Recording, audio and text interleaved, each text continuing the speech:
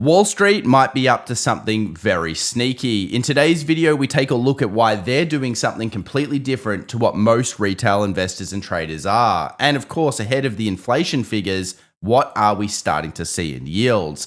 Everything is rising. Could all of this be a cause of concern, with certain stocks absolutely falling through the floor, as we've been discussing on this channel, and others facing their biggest hurdles yet? What are the dark pool activities showing us? Well, today we've got one that's one of the largest ever. Stocks, commodities, and cryptos. Let's discuss everything right now. Well, welcome back everybody to The Daily Show. My name's Tom. In today's video, we are bringing the simplified to the complicated ahead of inflation numbers because there is so much going on right now that you need to be aware of. Let's start though, before we get into the dark pools and the big flows, by discussing retail movements, because all things are not the same right now when it comes to what we're doing and what Wall Street seems to be. And that is, we're piling in. NASDAQ single stocks, a record for the last 2+ years of overall bullish momentum. And this happens, remember, as price action sits in a sideways zone. It's absolutely sometimes unbelievable how much transactions will go through just with a 1% dip or even 0.5% when it comes to retail once everybody feels positive.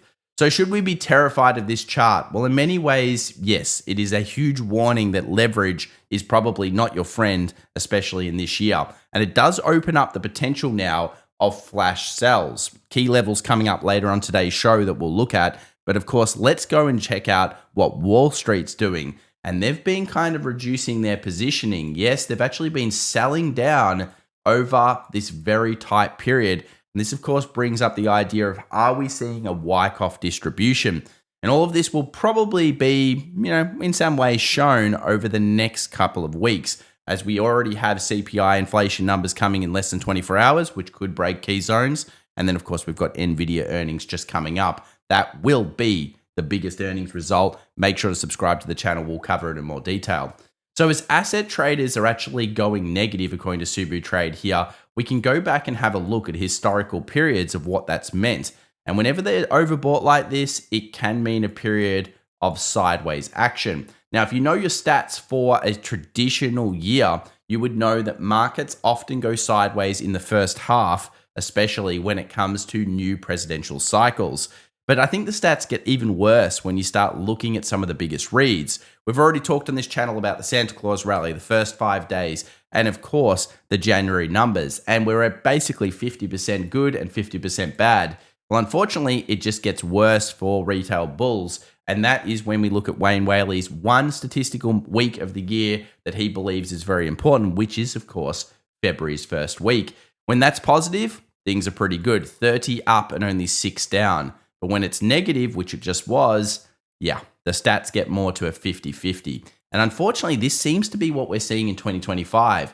We've got so many stats that are telling us that this is probably the way that the market action looks. And if that's going to happen, where it's up, down, and all around, and retail traders are buying in with leverage, well, of course, it allows flash crashes. And that's going to be something that we have to be on top of, because while flash crashes are most likely going to be bought, at least initially, they are a warning sign that things are getting incredibly dangerous in terms of valuations. Now, what else could be a concern for this year? Well, of course, everybody has relied on the Magnificent Seven over the last 2 years to push these markets up. But you may not know that revenue outside of the US is quite large in most of these businesses. Notably, Amazon's actually the least, but the rest are very, very high. Now, why is this important? Well, a strong US dollar is crushing some of the global gains.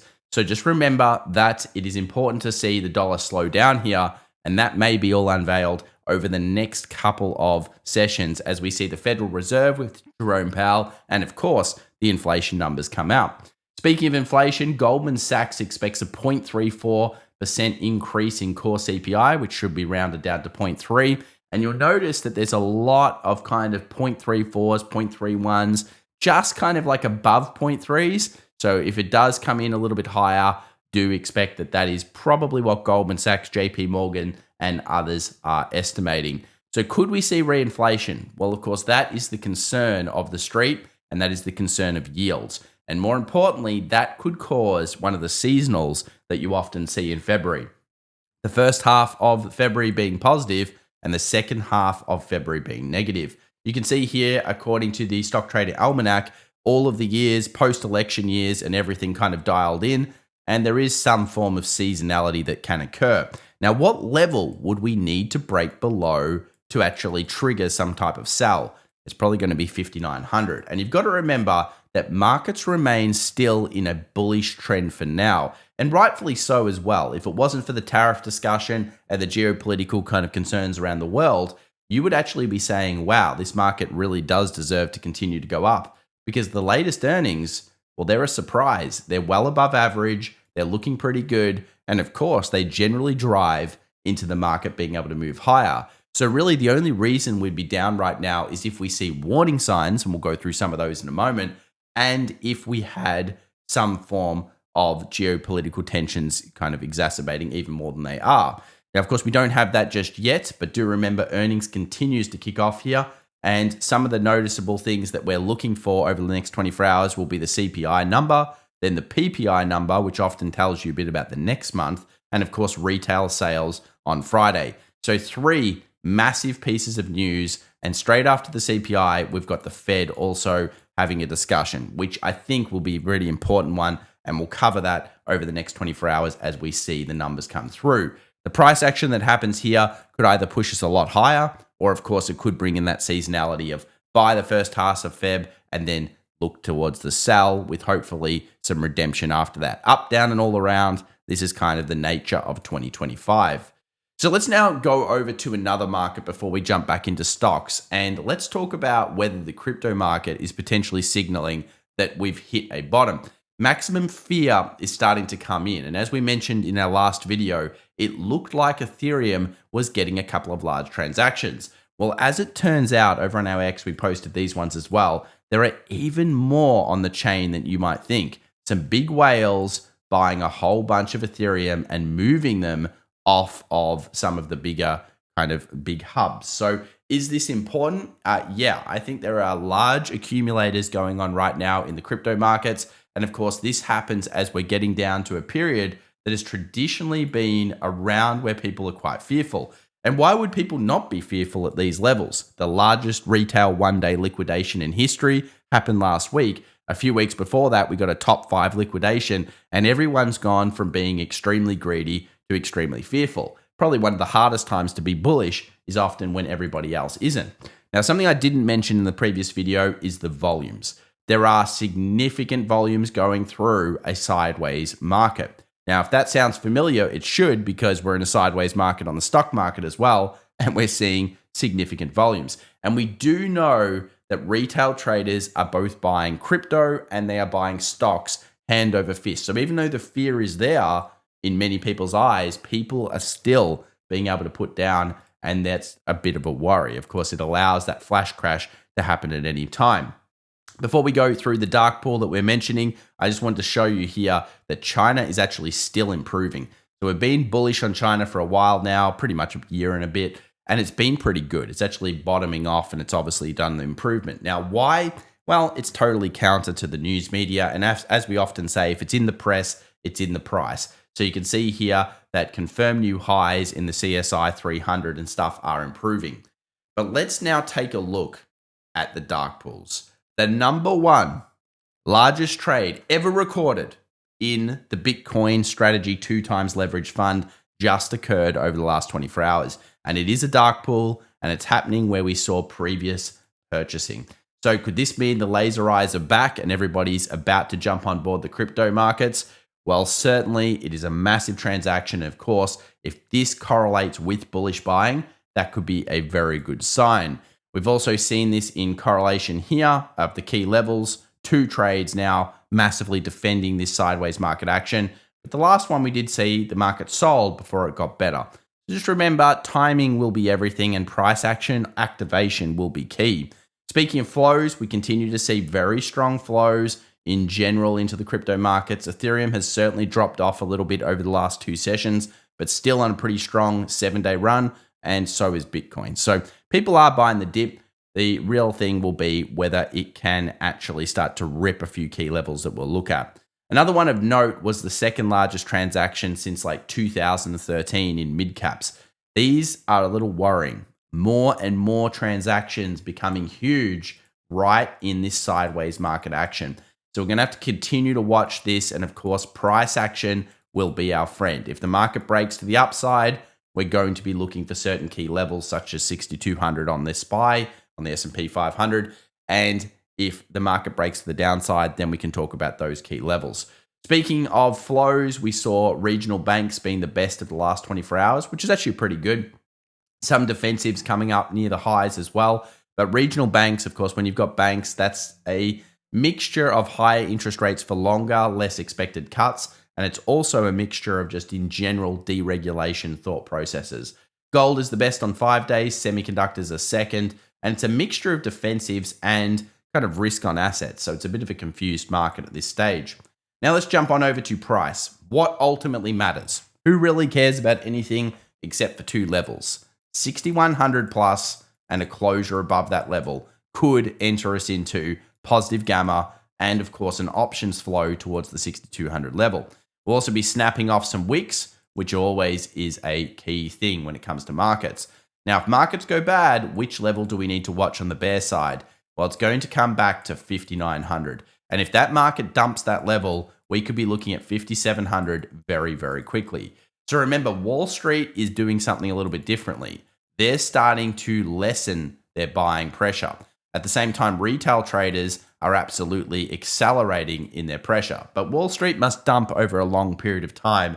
And remember, this same thing happened in 2021, and the markets continued to go up for at least 6 months.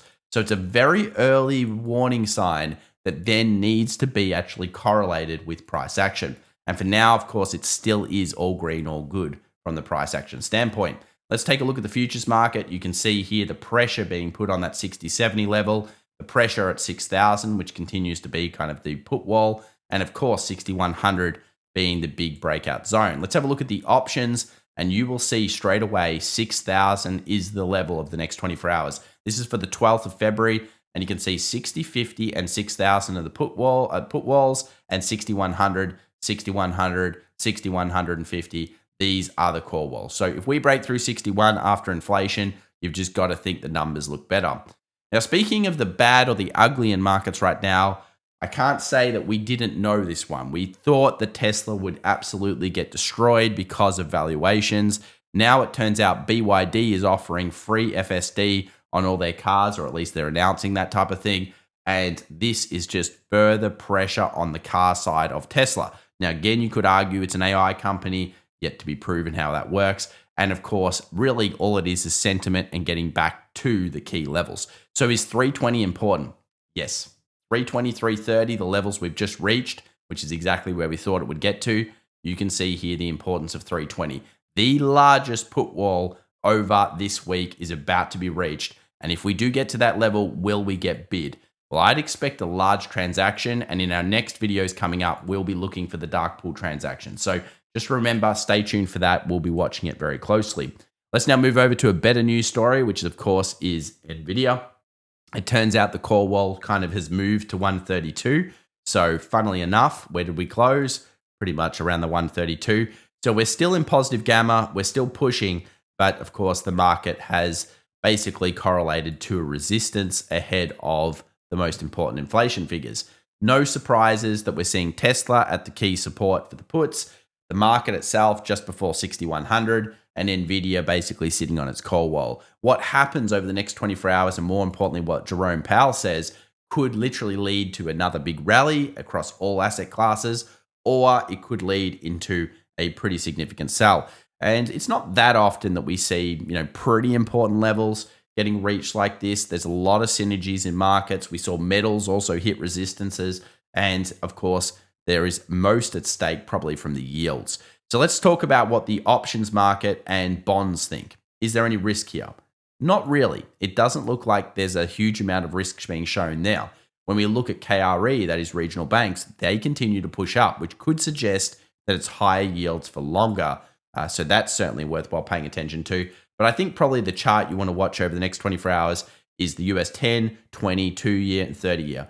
Because guess where we're at? We've been seeing a series of lower highs and lower lows. We've hit the trend lines on every one of these major markets, and we've pushed back into, you guessed it, the supply or the resistance. So this area here matters, guys. I mean, it matters. If we push higher and we go past 4.9, then that's going to mean some rebalancing in the markets, and there's going to be a lot of yield concerns. It also could mean even further risk off in crypto, which is a bit of a problem. Now, if yields do drop through these levels, that's probably a go sign for risk on. And even though retail traders have been buying super hard into the NASDAQ stocks, we might be seeing a nice broadening of the overall breadth in markets and things continue to go up. Remember, if you're looking for breadth, look at things like RSP, look at, of course, smaller caps, and you'll notice the market doesn't look completely sick when you look at these particular sides. So it still looks pretty good.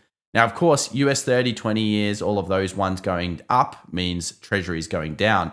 Filled the gap. It's found resistance, of course, initially, and a lot will be made of this over the next 24 hours, along with, of course, the US dollar, which continues to play in this very tight range. A break above here could be really bad for the Mag 7 earnings moving forward. The markets may correlate that as well. And of course, a movement down to 106, that's going to be good for China, going to be good for certain stocks. And I could see the actual market liking that. What about gold? Did it just hit into our target range? I would say yes. You know, why do I think that? Well, because of course, 3,000 has been the key level that we've discussed for a long time about gold. I've been going on about it. You guys have been loving it. And it's been a great run. We've talked this since the 1,700 price targets. And of course, basically, this is a very clean kind of position to potentially get out of if your aim was 3,000. You might say, well, Tom, why would you get out of it before 3,000 if your aim is 3,000?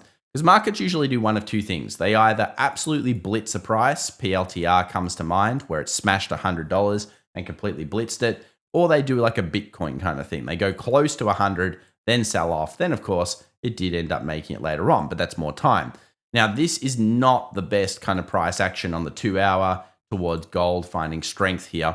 And you do need to remember that while we were very bullish on it last 24 hours to get it up further after breaking through here, it actually went even more ballistic and got another, like, what was that, $40 almost an ounce on it. So that's a significant day. And when you start to get these big outward days, I always say it might be time for a bit of a pause. You'll notice that it's a long leg doji. Now, don't get me wrong. Do I think gold will surpass 3,000 in the future? Yes. Do I think we'll hit 3,600? I'm thinking that as well. However, timing will be everything. Are you allowed to give this 6, 12, 18 months further? If you're not going to give it that much time, then you might want to think about it differently. So I think for day traders, I think for people that have been rallying it, this could be a little bit of a take profit target. We saw the same thing on GDX stock. So if you have a look here at GDX stock, basically it hit into our first level supply. And you got to remember, these are pretty significant gains. It's been up all year. And you're at 25% on gold stocks just for the year. So while the rest of the market's going sideways, these things have been rallying up. Maybe some temporary resistance here for now. Let's now take a look at silver because it's been a bit more disappointing. And obviously it came back to what I would call a good liquidity grab for day traders. Now, if gold is able to stabilize or even come back up, if silver breaks through 32.70, I think that's going to be a pretty good trade as well. And again, silver could play catch up and come behind what's going on here with gold. So an interesting rebound there over the last 24 hours for silver. And again, don't get me wrong, still super bullish on gold and silver on a larger horizon. But if your horizon is like 3 days, well, you know, it's a bit different. US oil, resistance, okay. Yeah, but it's at resistance. Very tough trade, this one. Geopolitical issues all over the place. So that's very tough. But let's move over to Tesla. And I want to mention here, we pretty much hit the levels that we've been talking about. 320, 330. This red box is where I expect a bid to come in for Tesla. But do we have signs of that yet? No, and we absolutely do not. The BYD information is fairly large outside of the US. But look, let's be real. There are significant pressures coming under the car side. The question is, how good is the AI side? And also, what does the market think it's worth? It's obviously not worth 2 standard deviations of forward profit targets. That wasn't going to hold. That was when we were approaching that 500 target. We obviously warned against that. At the same time, I could see narrative changes as we're getting down to these key levels. So be warned, this is going to be a very important level. It will update you guys as we see large transactions come through. And of course, if we do, we'll be all over them. Let's now talk Nvidia, because that has had large transactions on it. Huge trades down here helped us to get that bullish bias, and so far so good. Ultimately, it's in positive gamma again, which is a great sign for the bulls. And of course, earnings is coming up, which will be all important. But it held pretty well over the last 24 hours. And I think most people are going to be looking for that gap fill kind of idea. Can we move towards the gap fill, that 140 plus? And of course, if we do snap the 150 in the future, this is so bullish because it would be against the Wyckoff distribution. So remember, Nvidia is the chart of all charts this year. We must be watching it. What it does is going to be key. Now, 24 hours on from Intel, talking about it being a bottom basement dwelling kind of stock that seems to be, kind of finding some form of base, while we get an announcement kind of from JD, I believe. And in general, it kind of looks like this could be like a government money stock. So yeah, I mean, a pretty good base here, 6% up. Could this be the bottom of Intel? Let us know in the comments down below.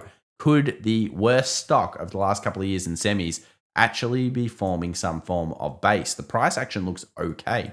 HSI, good price action here. Ultimately, everybody suddenly turning bullish on China. I hate it when everybody turns bullish on something, so that could mean we're coming in for a bit of a pullback before rallying back up. But I do think that, of course, the last couple of weeks have been exceptional. So very nice work.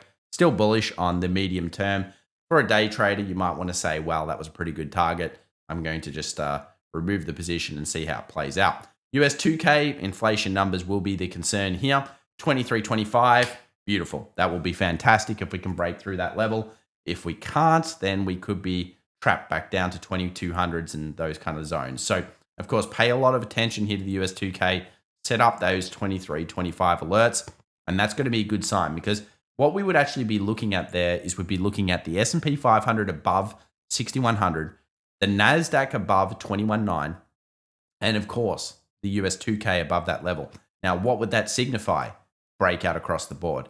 So again, regardless of asset managers reducing their positions, regardless of retail traders going bonkers, the market would be pushing higher, and that would be a very important stat. So we are at key resistance ahead of the inflation figures.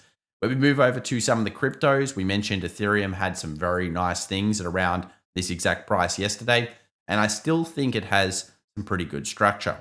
When we jump on down to the smaller timeframes, you'll notice that it's kind of like now or never for this particular crypto. Why? Because it has improved its structure on the 15-minute, the 2-hour, the 1 hour, those types of timeframes, but it needs to find bid here and obviously hold these lows. Now, you might say, is it really that dire? Well, in some ways, yes. We've seen a lot of big crypto transactions around here. We've obviously seen Bitcoin kind of going up and down around this tight range, and generally sentiment is quite negative.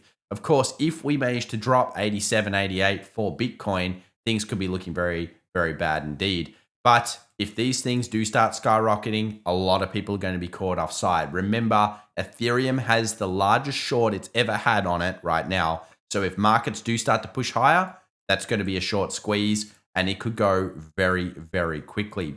For the news ahead, you've just got to remember, guys, it's core CPI and Fed Chair Powell coming out about 1.5 hours later to have a little chat about what's going on. Then we have, of course, the PPI, which will be all over this week. And then we've got core retail sales on Friday. We still have those big earnings, and of course, we still have a lot to discuss throughout the week. So make sure to subscribe.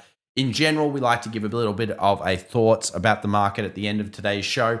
And in general, I would say the price action is still bullish. There are several key concerns starting to appear in what retail traders are doing, particularly the 3 times leveraged funds, which means that people are taking on debt. I think that this is the time to be delevered in markets. Of course, 2025 ain't no 2024 or 23 in terms of easiness. And in general, you need to be on the lookout for both sides. We do remain in the bullish action for now because, of course, the evidence still points that way, but things are starting to get worse and worse and worse. And of course, if some of our leads, and we have 7 leads, actually go bad, we'll be letting you know. Guys, subscribe, have a great day, and of course, check us out on X. And if you're from Brisbane or Perth, make sure to get to our live events coming up very soon. Few tickets still left. These are completely free. Thank you so much. Bye for now.